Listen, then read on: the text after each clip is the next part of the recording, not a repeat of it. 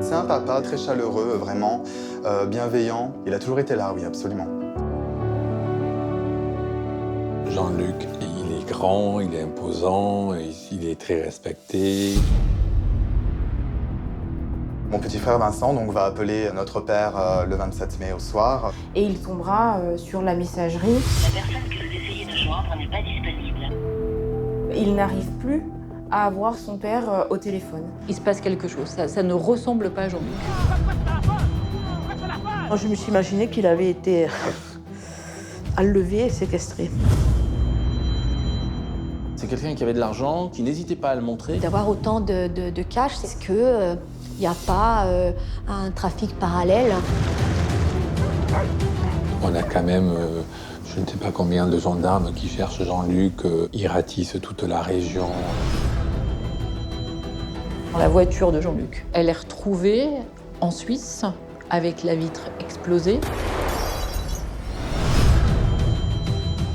Des analyses vont mettre en évidence d'importantes traces de sang, notamment dans le coffre. Donc là, on bascule sur une affaire criminelle, forcément, quoi.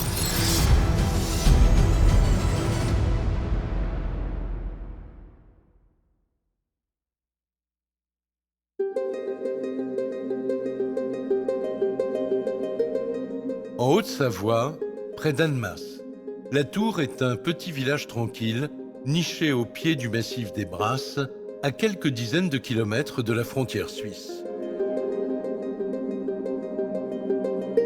Ce sont des petits villages en Haute-Savoie, proches de la frontière. La plupart des gens qui vivent dans ces petits villages, voire lieux-dits, travaillent en Suisse. On est dans une région qui se porte bien économiquement. Tout le monde se connaît et où les uns les autres se regardent et s'épient un peu. C'est au cœur du village, dans ce grand chalet en bois, que vit Jean-Luc Thiebaud, 54 ans. Une maison qu'il a construite lui-même, car Jean-Luc est artisan charpentier. C'était un passionné de ce qu'il faisait. Il adorait, il était assez minutieux, donc il adorait travailler le bois. Mon père, c'était vraiment un acharné de travail. Il avait donc ses journées bien remplies, bosseur, investi, jusqu'à pas d'heure le soir. Jean-Luc est un laborieux. Il y a 15 ans, il a monté son entreprise de charpente et il court les chantiers du matin au soir. Pendant 20 ans, il est resté marié avec Patricia, dont il a divorcé il y a 14 ans. Depuis, Jean-Luc partage sa vie entre sa nouvelle compagne, Fabienne, dont il est très amoureux, et ses copains avec lesquels il aime bien faire la fête. C'est quelqu'un de très populaire, hein, très joyeux, très jovial. Voilà l'image qu'on peut avoir de Jean-Luc, à la fois un travailleur et un fêtard. Mais avant de sortir s'amuser, il y a un rituel auquel Jean-Luc ne déroge jamais.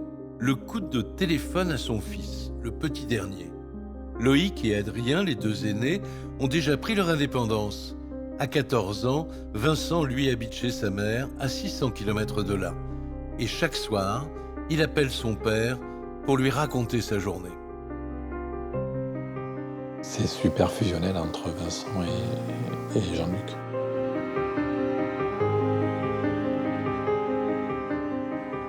Là, c'est un amour inconditionnel.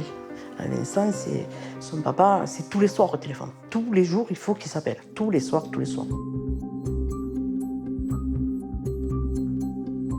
Le 27 mai 2014, avant de se coucher, Vincent appelle son père comme d'habitude. Mais ce soir-là, personne ne décroche. La personne que vous essayez de joindre n'est pas disponible. Veuillez laisser votre message après le bip.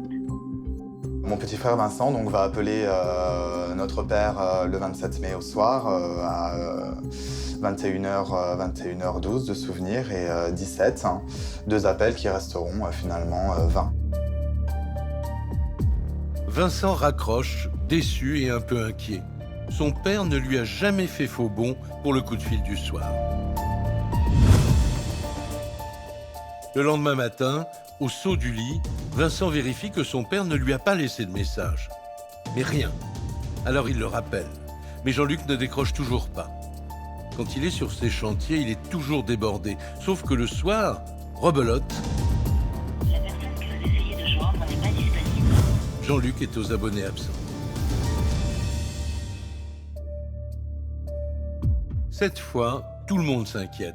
Ça n'est pas normal. Les fils demandent aux voisins d'aller vérifier. J'avais justement donc une amie qui passait donc très tôt le matin, de par son emploi du temps et très tard le soir, et qui nous assurait qu'il n'y avait absolument donc aucune allée et venue donc au domicile de mon père. Donc, il n'était pas présent à son domicile. Il y a le camion qui est garé, il y a l'Audi qui est aussi devant la maison. Donc, bon, c'est éteint. Ça semble pas, on n'a pas l'impression que Jean-Luc est parti en vacances, il aurait fermé les volets. Mais alors, où est Jean-Luc? L'inquiétude monte encore d'un cran quand ses fils apprennent qu'il n'est pas allé travailler ce matin-là. Il a un chantier qui est en cours. Il doit s'y rendre le 28 mai 2014 et il ne se rend pas sur son lieu de travail alors que ce n'est absolument pas dans ses habitudes. S'il ne peut pas être présent, il prévient. Que ce bosseur acharné ait laissé un chantier en plan sans prévenir, c'est absolument impensable. Ses fils sont persuadés qu'il lui est arrivé quelque chose. Et alors qu'ils sont sur le point de prévenir la police, ils reçoivent enfin un signe de vie de Jean-Luc. Je commence un peu à m'inquiéter et à appeler mon neveu Vincent et lui demander « Vincent, est-ce que tu as vu le papa ?» Oui, il m'a envoyé un SMS que je ne m'inquiète pas, qu'il était descendu dans le midi mais qu'il passerait me voir. Après 2 jours de silence, Jean-Luc se manifeste enfin, un texto dans lequel il dit que tout va bien et il va en envoyer d'autres, une dizaine en une semaine. Un grand soulagement pour la famille. On reçoit des textos, Vincent reçoit des textos. Mon frère Franck va aussi recevoir des textos. Il m'envoie un SMS en me disant est-ce qu'on peut se voir pour ton anniversaire? J'aimerais t'emmener au restaurant. Il s'est dit « Bon, ben, je vais envoyer des textos à tous ceux qui ont laissé des messages pour rassurer. » Ses clients aussi reçoivent des textos dans lesquels il s'excuse pour son absence. Alors la famille se rassure. Jean-Luc a eu besoin de prendre l'air et il est parti chez des amis. Mais les jours passent, le séjour de Jean-Luc se prolonge et la famille se pose à nouveau des questions. Pourquoi ne rentre-t-il pas? Pourquoi ne répond-il jamais au téléphone? Même les textos qui les ont d'abord rassurés commencent à paraître suspects. Jean-Luc faisait des fautes d'orthographe. Donc c'est vrai que les SMS qui vont être reçus par la suite seront sans faute d'orthographe. Je les trouve différents, effectivement, de ceux que je recevais avant. Et on est persuadé que ça ne vient pas de lui. Puis déjà, il n'aimait pas ça. Les textos, c'était pas son truc. La famille a des doutes. Ces SMS ne correspondent pas du tout à la personnalité de Jean-Luc. Ils en viennent même à se demander si c'est bien lui qui les écrit. Vincent, le petit dernier, a alors une idée pour le vérifier. Il a institué un code secret avec son père.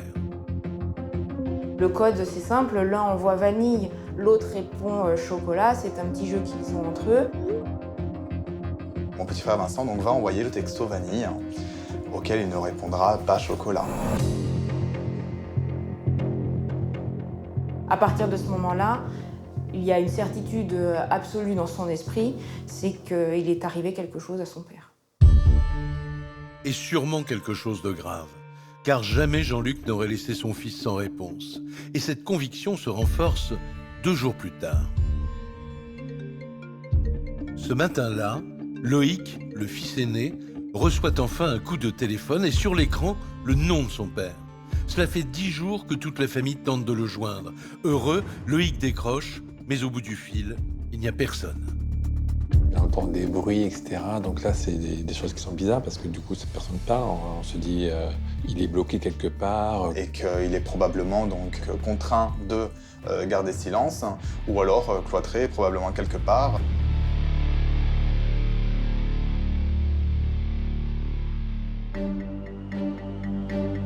Le frère et les enfants sont morts d'angoisse. Cela fait maintenant 10 jours que Jean-Luc a disparu de la circulation. Les seuls signes de vie, ces textos étranges et ce coup de téléphone avec personne au bout du fil.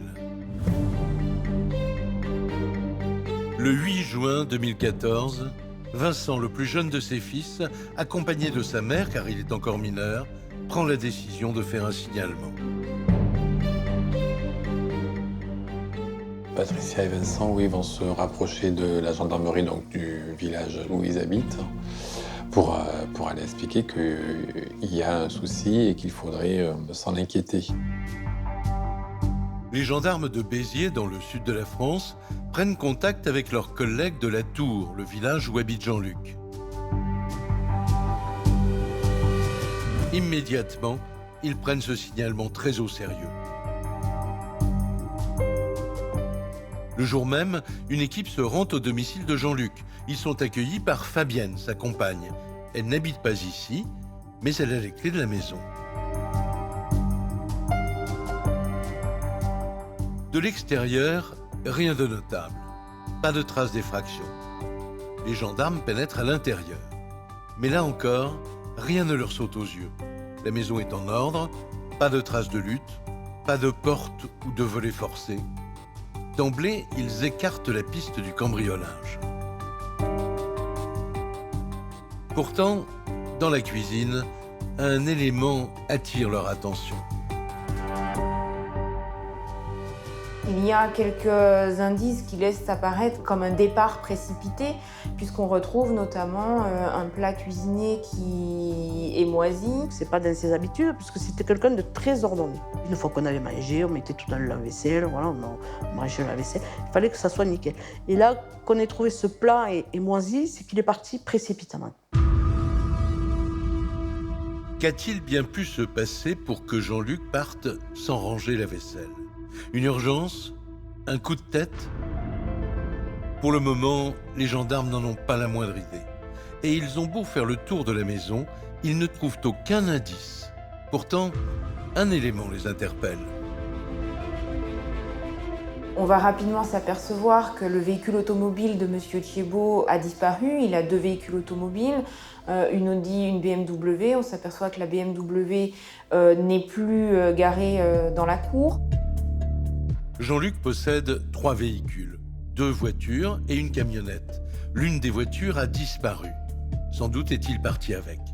Mais en s'approchant du second véhicule garé devant la maison, les gendarmes remarquent un élément qui va changer le cours de l'enquête. Le portefeuille de Jean-Luc est posé sur le siège avant. Pourquoi son portefeuille est là et lui, il n'est pas là? S'il y a sa carte bleue dedans, dans le portefeuille, comment il fait pour payer l'essence ou l'autoroute ou je sais pas quoi, ou aller manger quoi. Ce qui laisse supposer que M. Thiebaud n'est pas parti en vacances, puisqu'à ce moment-là, il aurait pris ses effets personnels. Et à l'intérieur du portefeuille, tout y est. Ses papiers, sa carte bleue. Les enquêteurs sont sûrs d'une chose. Si Jean-Luc était parti pour plusieurs jours, il aurait forcément emporté ses affaires. Mais alors, où est passé le charpentier? Et pourquoi ne téléphone-t-il pas? C'est avec ces interrogations qu'ils rejoignent la gendarmerie.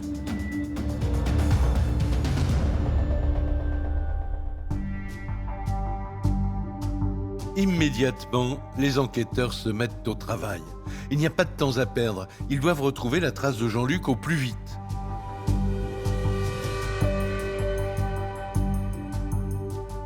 Ils commencent par interroger les proches, notamment Fabienne, sa belle-sœur. C'est elle, la dernière, qui lui a parlé de vive voix. Et elle va leur livrer une information capitale. Je l'appelais ce jour-là pour lui demander s'il allait venir. Il m'avait dit que non, que c'était pas possible, qu'il avait trop de travail, qu'il ne viendrait pas. Elle raconte que leur conversation est interrompue par du bruit. Une personne qui frappe à la porte de Jean-Luc. Il y a du monde à la porte et il doit raccrocher. Donc il raccrochera donc à 20h26 et à partir de là, on n'aura plus donc de nouvelles de mon père. C'est pas du tout normal. Parce que allez, 1 heure ou 2 heures après, il m'aurait rappelé même, il savait qu'on regardait la télé très tard, non Pourquoi Jean-Luc n'a-t-il pas rappelé comme à son habitude? Qui est venu ce soir-là frapper à sa porte? Pour les gendarmes, cette nouvelle information change tout.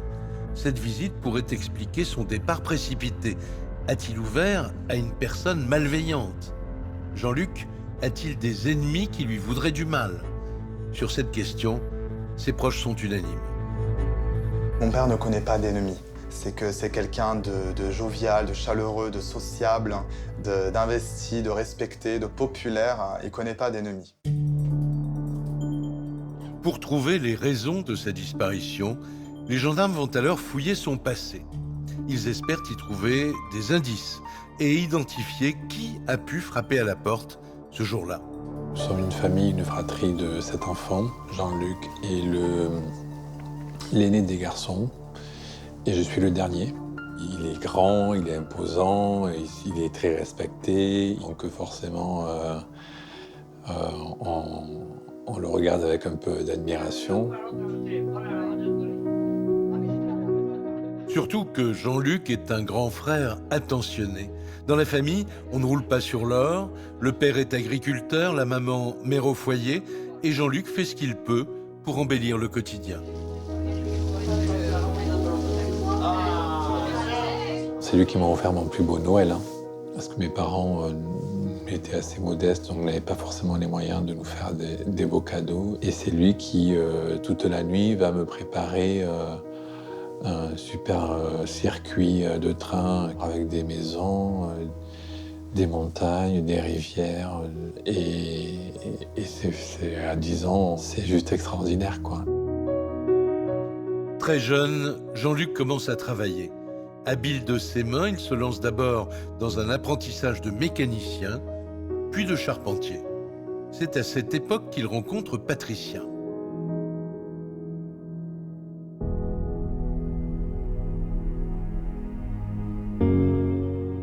Ensemble, ils ont 3 enfants, Loïc, Adrien et Vincent, 3 fils, avec lesquels Jean-Luc est très aimant, comme le montrent ses films de famille.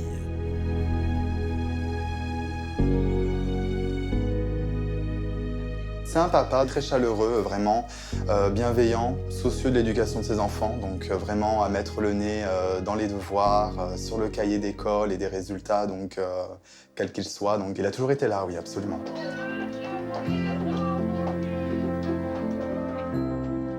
Jean-Luc est là pour ses enfants, mais pas seulement. Bon vivant, il aime réunir ses copains et sa famille autour de lui. Et c'est toujours lui qui met l'ambiance.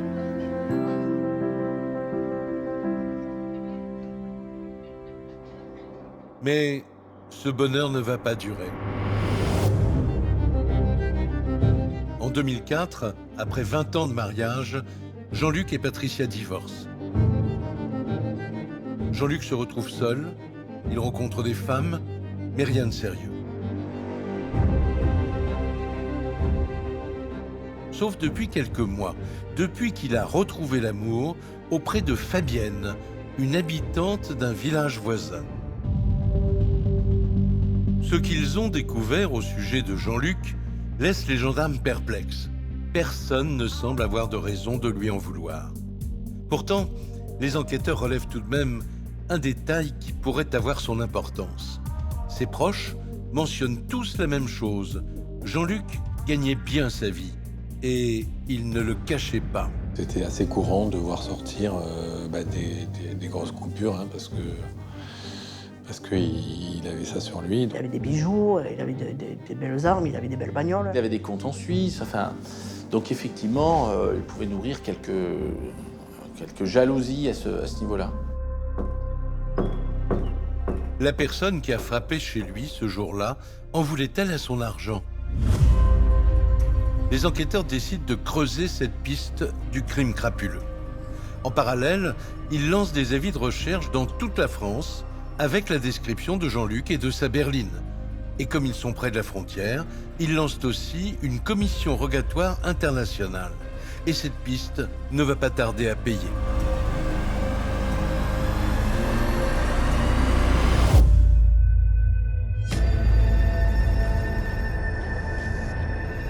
Deux heures plus tard, en effet, Ils reçoivent un retour de leurs homologues suisses.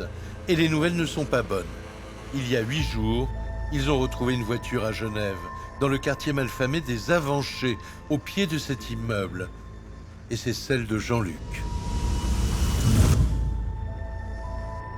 Le véhicule va être retrouvé avec la vitre cassée. Les plaques d'immatriculation ont disparu, elles ont été enlevées. Et les clés se trouvent sur le contact. Pour les gendarmes, la découverte de cette voiture n'augure rien de bon. Les vitres sont brisées et des taches sombres maculent les sièges. Elle est immédiatement passée au Blue Star, un révélateur de traces de sang. Des analyses vont être effectuées dans le véhicule et vont mettre en évidence d'importantes traces de sang, notamment dans le coffre. Et surtout avec les fauteuils où il y a du sang qui apparaît, quoi. Donc là, on bascule sur une affaire criminelle, forcément, quoi. Après analyse, il s'avère qu'il s'agit bien du sang de Jean-Luc. Et vu la quantité, les gendarmes ont peu d'espoir de le retrouver vivant. Cette fois, ils n'ont plus de doute. Jean-Luc a été tué. Reste à savoir par qui.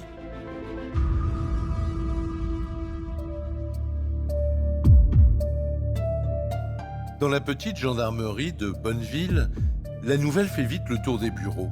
Dans cette région tranquille, ce n'est pas tous les jours que les gendarmes sont confrontés à une affaire criminelle. Un enquêteur se manifeste immédiatement.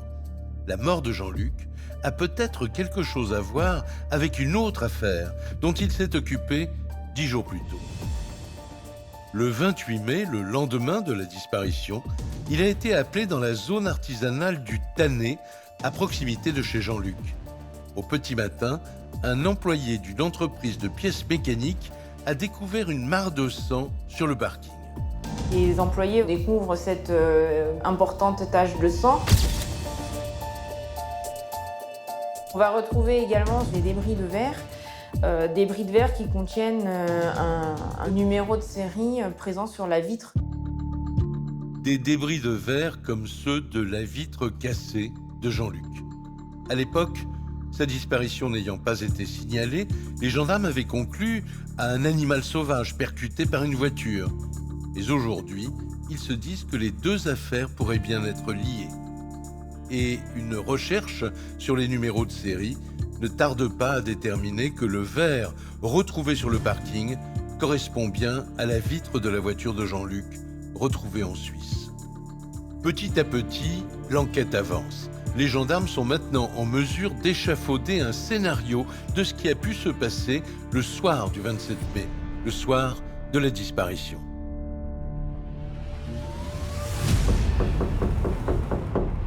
La thèse à ce moment-là qui est la plus probable est que quelqu'un se présente au domicile de Monsieur Thiébaut. D'une manière ou d'une autre, l'amène sur le parking de l'entreprise Bardel,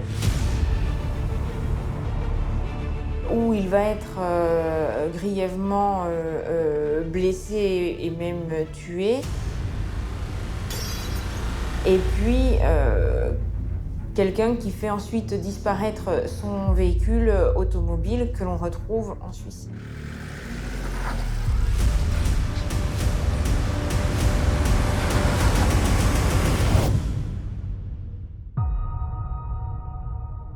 Un scénario qui se termine mal, car les gendarmes sont convaincus que Jean-Luc a été tué. Mais pour les proches, cette hypothèse est insupportable à entendre. Ils vont bien nous faire comprendre qu'on ne cherche plus quelqu'un de vivant, mais plutôt quelqu'un de mort, quoi. En fait, j'ai pas voulu admettre qu'il était mort. Pour moi, c'était pas possible, en fait. C'était pas possible. Pour moi, c'était un grand gaillard et il se serait défendu. Ce n'était pas possible.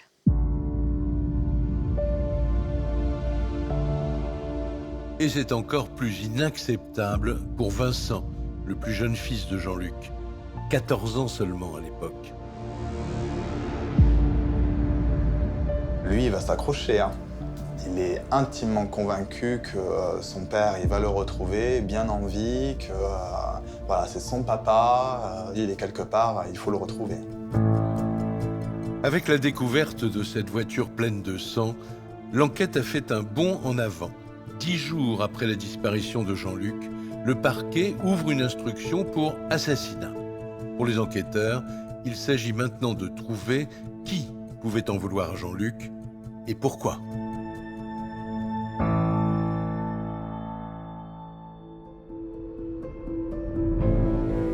Les gendarmes reprennent alors les auditions des proches. Et à force de creuser et de les questionner, ils découvrent un élément intéressant.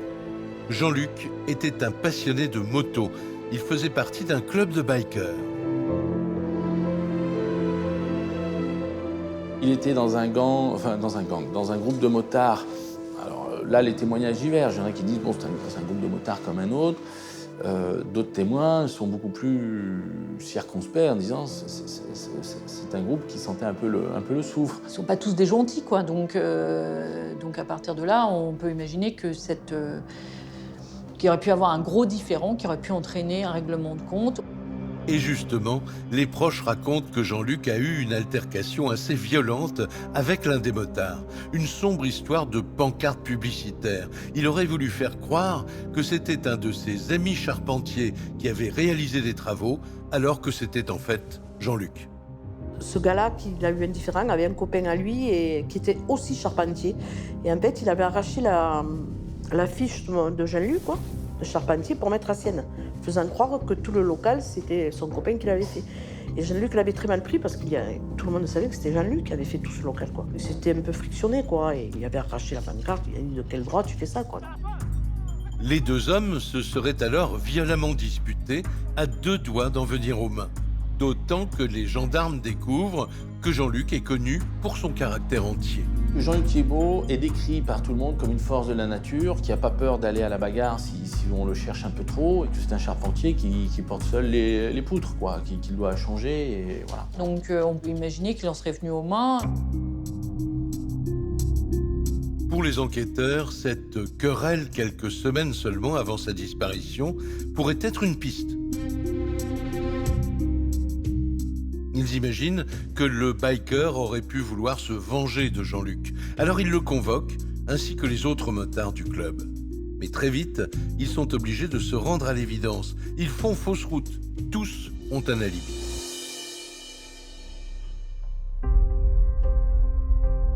Mais alors, qui peut vouloir du mal à Jean-Luc?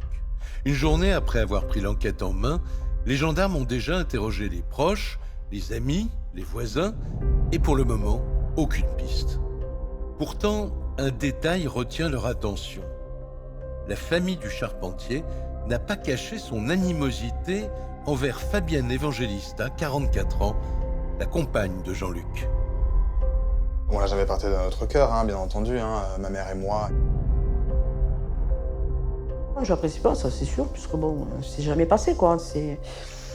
Je sais pas, il y avait quelque chose qui me gênait, hein, là. Cette hostilité envers Fabienne n'alerte pas les gendarmes. Les conflits existent dans toutes les familles. Pourtant, un détail les étonne. La disparition de Jean-Luc depuis plus de 10 jours ne semble pas du tout alarmer cette dernière. Je reçois des SMS de Jean-Luc après la date du 27 mai. Fabienne ne va pas tellement s'inquiéter de la disparition de Jean-Luc. Elle dit il m'a envoyé des messages, elle les montre d'ailleurs aux enquêteurs, des messages postérieurs au 27. Le comportement que j'ai à ce moment-là, c'est de me dire mais c'est pas possible, quoi. Il y a pas, j'ai des SMS. Voilà, il n'y a pas de raison particulière pour qu'il se soit fait la malle ou qu'on lui en veuille. Donc, il n'y a pas lieu de s'inquiéter. Hormis cette insouciance, les gendarmes n'ont aucun élément contre Fabienne. Mais comme l'enquête est au point mort, ils décident de l'entendre. Mais avant, pour avoir toutes les cartes en main, ils veulent en savoir plus sur sa relation avec Jean-Luc. De la façon dont il en parlait, c'était l'amour de sa vie, quoi. Hein. Ils allaient finir ensemble, quoi. Leur vie allait se construire ensemble avec les enfants. Il a envisagé de vivre avec Fabienne Evangelista. Jean-Luc va même rapidement réaménager la chambre de Vincent pour pouvoir préparer l'arrivée de Fabienne. Cet amour passionné que décrivent les proches interpelle les gendarmes. Si elle était folle amoureuse, Fabienne aurait dû s'alarmer de la disparition de son homme. Il décide de se rendre chez elle. Et là, c'est le... Enfin, on peut employer différents termes, mais c'est le calvaire, c'est le cauchemar qui commence. Puisque j'ai la visite des gendarmes le 10 juin, me demandant si j'étais en contact avec Jean-Luc. Et la réponse de Fabienne va stupéfier les gendarmes. Non seulement elle n'a pas de ses nouvelles, mais en plus, elle affirme qu'il n'y a plus rien entre eux depuis longtemps et qu'elle n'est en aucun cas sa compagne. Comme c'était une relation, on va dire, alors effectivement un peu plus amicale, mais pas sentimentale. C'est-à-dire qu'on se voyait, on déjeunait ensemble, voilà, on évoquait un petit peu nos difficultés quotidiennes. À aucun moment, j'envisage ma vie avec Jean-Luc. On est loin de l'amour passionnel décrit par les proches de Jean-Luc. Fabienne affirme qu'elle n'est pas sa maîtresse. Certes, ils ont eu une relation, mais c'était il y a longtemps. Depuis, tout est fini. Et il y a une bonne raison à cela. Elle est mariée à un homme depuis 20 ans. Il s'appelle José Evangelista.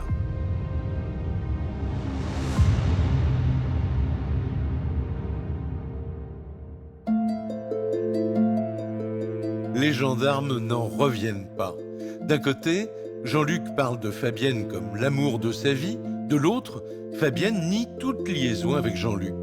Alors qui croire? Quelle relation ces deux-là entretiennent-ils vraiment?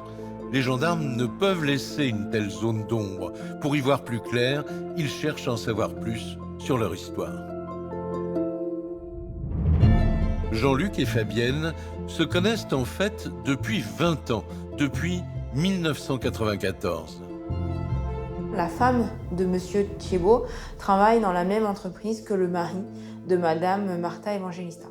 Donc les deux familles font connaissance. Il y a une amitié qui s'est liée tout à fait naturellement. On est allé manger chez Patricia, qui est une bonne cuisinière. Ils sont venus aussi à la maison. Jean-Luc va avoir un petit peu le béguin pour cette femme. Et de là va naître, ils vont avoir une relation assez éphémère en tout cas. Il est venu un matin, à 7h du matin, en me disant « je viens boire le café ». Et puis, voilà, on a eu une relation intime, de par son insistance. Et effectivement, ça s'est passé à la maison et nos conjoints étaient au travail.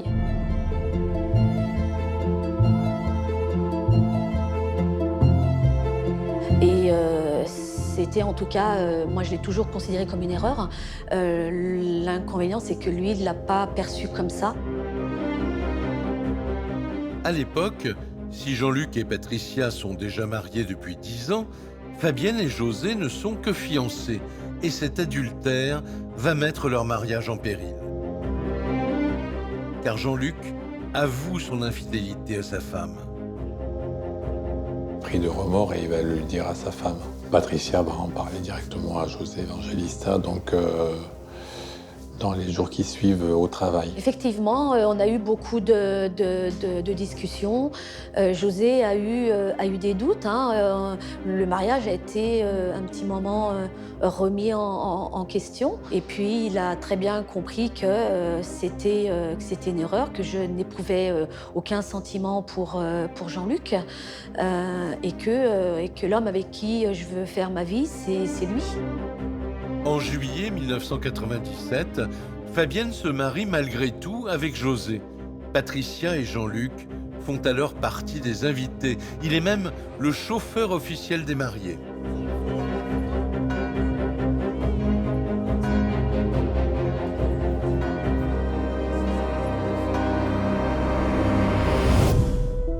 Peu de temps après, le couple de Jean-Luc et Patricia prend l'eau.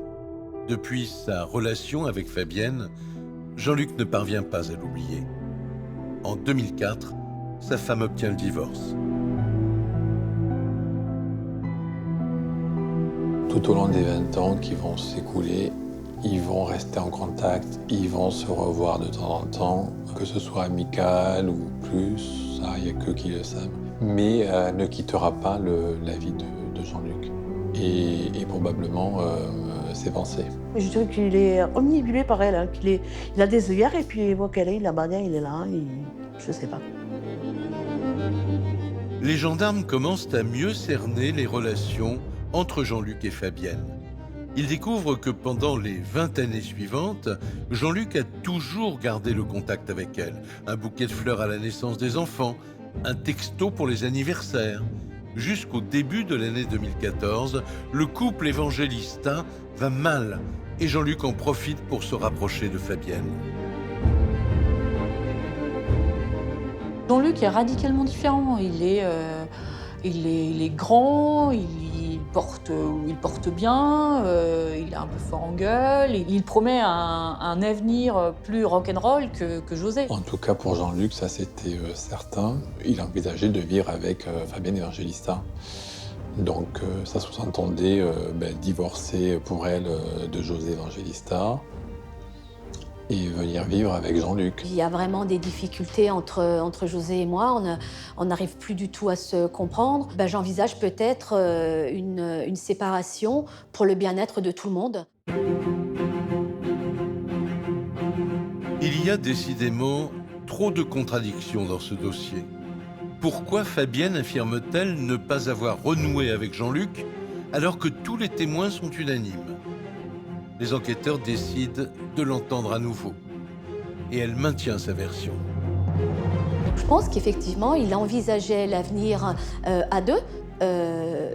Et ce qu'il a un petit peu dit à ses amis, mais il n'y a jamais eu de validation de ma part. Pour moi, c'était même pas envisageable un remariage ou quoi que ce soit. Je veux dire, ni d'enfants en commun, il n'y avait pas de projet dans ce sens-là. Alors, à mon avis, elle est embarrassée par l'amour de Jean-Luc Tjibaud qui est trop fort. Elle ne partage pas ce sentiment-là. Elle, ce qu'elle recherche, c'est la complicité et l'amitié de Jean-Luc. Je crois que c'est ça, principalement. Pourtant, le 1er mai 2014, 3 semaines avant la disparition de Jean-Luc, cette relation vire au drame. Le couple passe alors le week-end ensemble, au bord de la mer.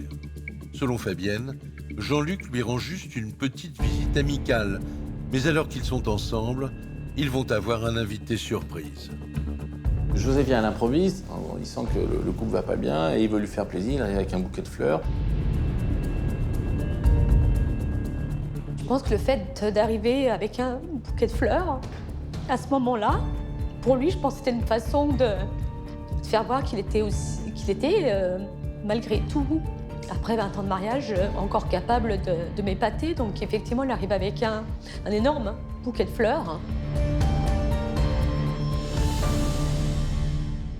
Là, juste derrière son dos, il y a Jean-Luc. C'est déjà le premier effet qui se coule, quoi. Je pense que pour José, ça a été une trahison de ma part. Et puis le fait de dire, voilà, maintenant c'est cuit, j'arrive, je suis même le pauvre couillon avec mes fleurs. Là, j'ai l'air complètement ridicule. Et donc là, quand il voit Jean-Luc et qu'il lui dit, est-ce que c'est lui ou c'est moi? Et là, je réponds, Jean-Luc.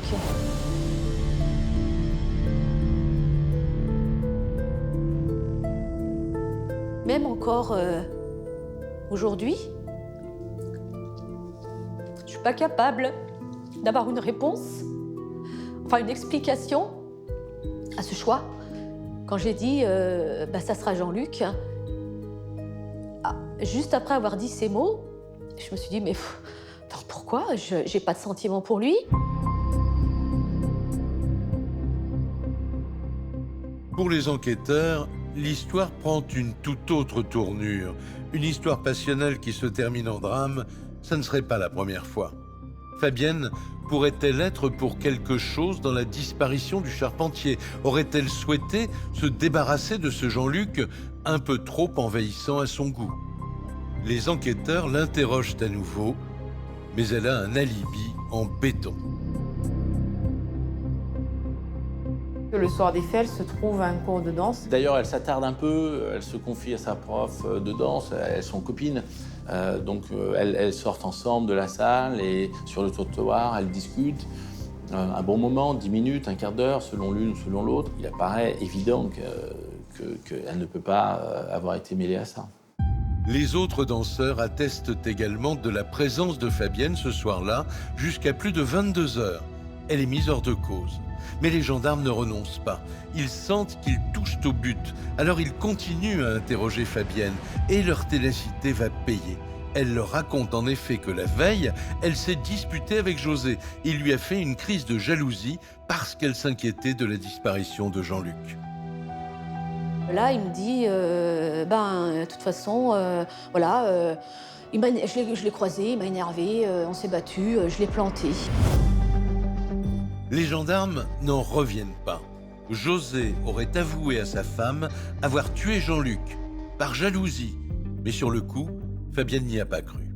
Ça m'a fait, à la limite, sourire parce que, c'est encore quelque chose qui me dit pour me faire mal, en me disant, j'ai tué ton ami, maintenant, tu t'intéresses à moi. Donc elle dit qu'elle n'a pas pris ça au sérieux parce que José, c'est pas du tout sa nature, mais quand même, elle va donner cette information aux gendarmes.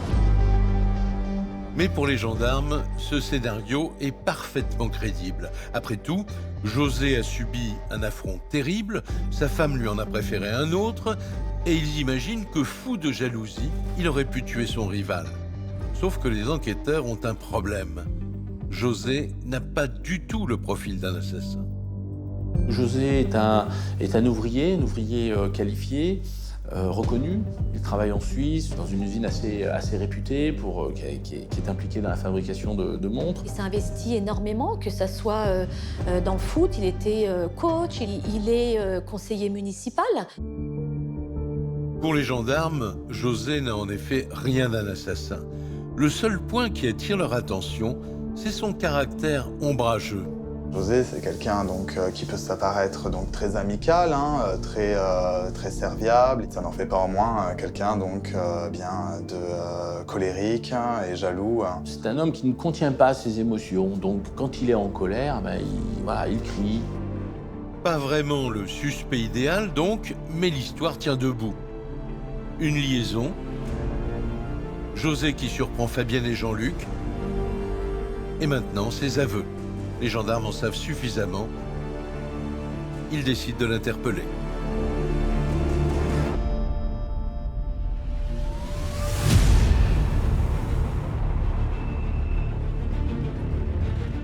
Le 10 juin 2014, ils l'arrêtent sur un parking alors qu'il se rend à un rendez-vous médical.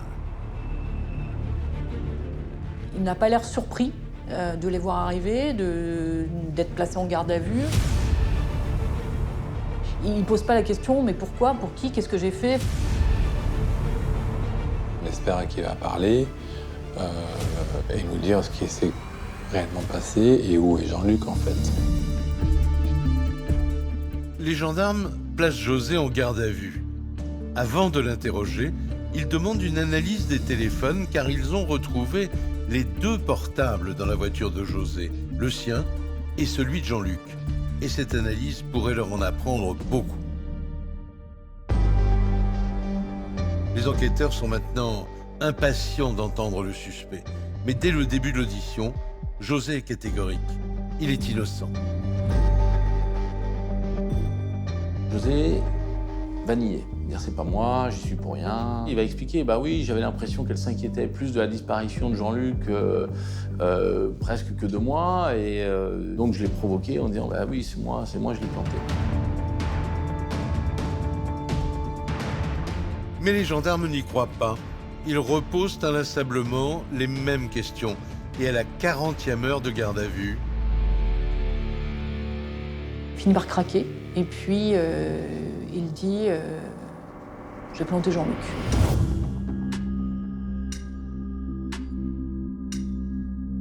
Le récit est assez étrange, il se serait croisé par hasard, se serait retrouvé sur le parking de l'entreprise Bardel.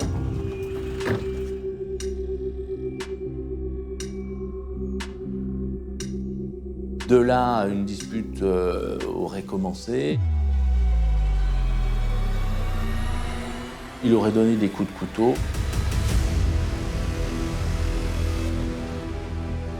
Mais il explique qu'il le laisse sur place vivant et que lorsqu'il revient quelque temps après sur le parking de l'entreprise Bardel, le corps n'est plus là. Il décrit des coups de couteau accidentels, mais aucunement la volonté de le tuer. Les gendarmes ont obtenu ce qu'ils voulaient, des aveux. José reconnaît même le couteau dont il s'est servi et qui a été retrouvé dans sa voiture. Le 12 juin 2014, il est mis en examen pour assassinat. Pourtant, les enquêteurs ne sont pas pleinement satisfaits, car José ne reconnaît pas avoir tué Jean-Luc, juste l'avoir blessé. Seule la découverte du corps permettrait de lever ces dernières zones d'ombre.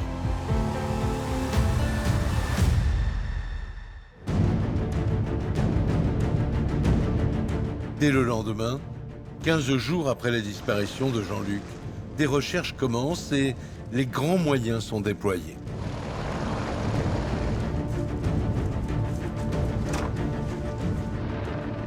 En fait, on va mettre tous les moyens qu'on a à notre disposition. On a quand même, je ne sais pas combien de gendarmes qui cherchent Jean-Luc dans les bois, avec des hélicoptères, dans les rivières. Ils ratissent toute la région. Malgré ce déploiement de force, les recherches restent infructueuses. Les gendarmes commencent à se dire qu'ils ne retrouveront jamais le corps de Jean-Luc. Mais à la fin du mois de juin, il va y avoir un rebondissement incroyable. Un coup du sort inespéré. Ils vont se présenter au domicile des Martha Evangelista pour leur remettre une convocation.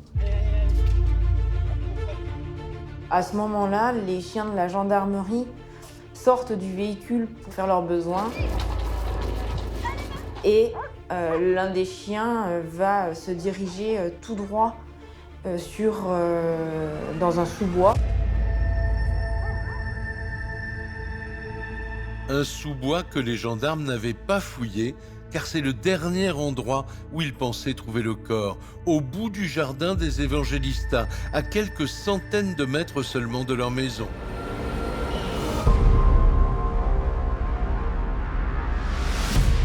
Le chien révèle un corps recroquevillé, un corps vêtu d'un jean, d'une chemise et de Santiago, la panoplie de Jean-Luc.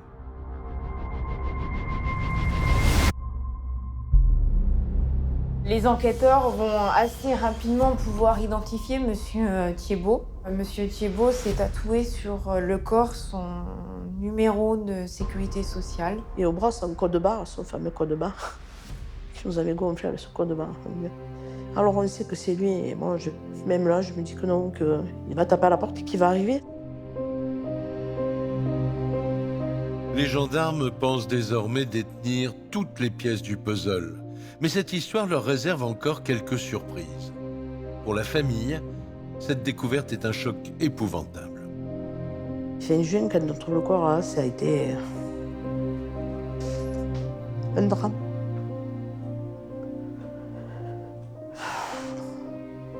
Un drame. J'ai pleuré pendant des heures et des heures. Je dis mais comment on peut finir sa vie comme ça, dans un trou, dans un bois, comme on enterrerait un animal, quoi. Non, là, c'est une très grosse violence, en fait. Ouais. C'est mon neveu qui me l'a annoncé en plus et qui m'a dit « Tati, on a retrouvé le corps de papa ». Et là, En fait, j'arrivais même plus à parler, parce que je me disais, c'est pas possible. Je suis maintenue que c'était pas lui, mais il me dit, Tati, cette fois-ci, c'est lui. Dans cette région paisible, l'affaire fait grand bruit. Surtout qu'elle met en cause un conseiller municipal. en Haute-Savoie, la confirmation, selon une source proche de l'enquête, que le corps retrouvé en juin dernier dans un bois est bien celui de Jean-Luc Thiebaud, artisan charpentier, disparu depuis un mois. Une affaire dans laquelle le principal suspect, un élu de la commune, a été mis en examen et écroué à la prison d'Éton. Mais alors que les gendarmes pensent l'affaire résolue, il va y avoir un coup de théâtre. L'autopsie est formelle. Jean-Luc a été tué de 2 balles. Et en aucun cas d'un coup de couteau comme l'a raconté José. J'ai jamais vu José avec une arme. Alors déjà, avec les coups de couteau, c'était quelque chose que je ne pouvais pas envisager. Mais avec une arme, c'était encore plus incohérent. José n'a pas d'arme. L'enquête montre qu'il n'a contacté personne pour trouver une arme, qu'il n'avait aucun de ses effets et qui était maculé de poudre. Ça me conforte dans ma position en me disant, de toute façon, il est innocent, puisqu'il est incapable d'avoir une arme en main. Et cela étonne aussi les enquêteurs. Pourquoi José Evangelista a-t-il menti? Pourquoi a-t-il reconnu avoir utilisé un couteau plutôt qu'une arme à feu? Et il va y avoir un rebondissement. Depuis sa prison, José revient sur ses aveux. Il affirme qu'il est innocent, qu'il a avoué à cause de la pression des gendarmes. Lorsque je relis en détail cette audition, cette 6e audition, ces aveux qui sont de faux aveux, j'acquiers quasiment la certitude qu'on est en face d'une erreur gravissime. Et ça n'est pas le seul problème. L'autopsie date le décès de Jean-Luc autour du 27 mai.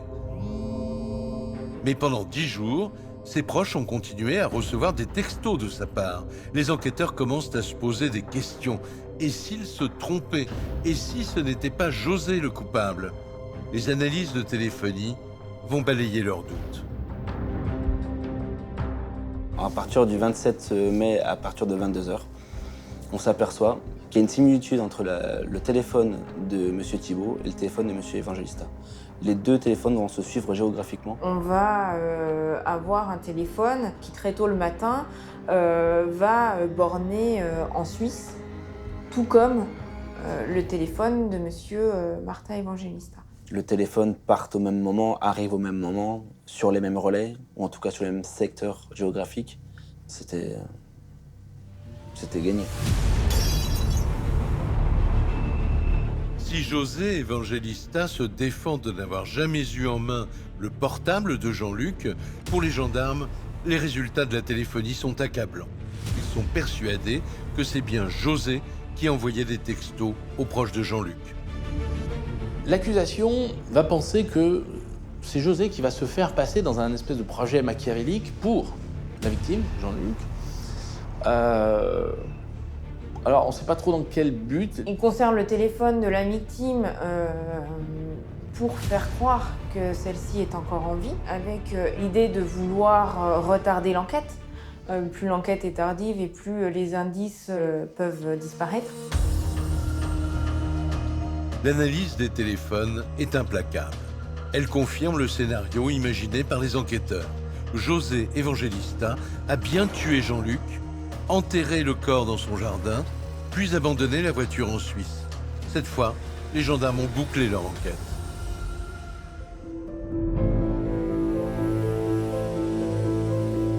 Deux ans et demi plus tard, en novembre 2016, José Evangelista comparaît devant la cour d'assises de Haute-Savoie à Annecy.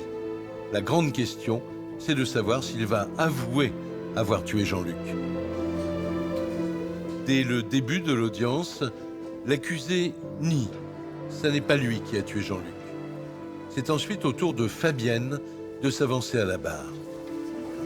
Elle avait un aplomb qui était quand même assez déconcertant par rapport à des preuves qui étaient quand même assez essentielles, quoi. Le fait qu'elle ait sa brosse à dents, le fait qu'elle ait ses chaussons et son peignoir chez Jean-Luc et qu'on lui dise « mais vous aviez quand même une relation un peu intime avec lui ». Pas du tout. On était juste amis. Je l'ai dit au procès, j'ai eu un amour dans ma vie. C'est José, un seul homme.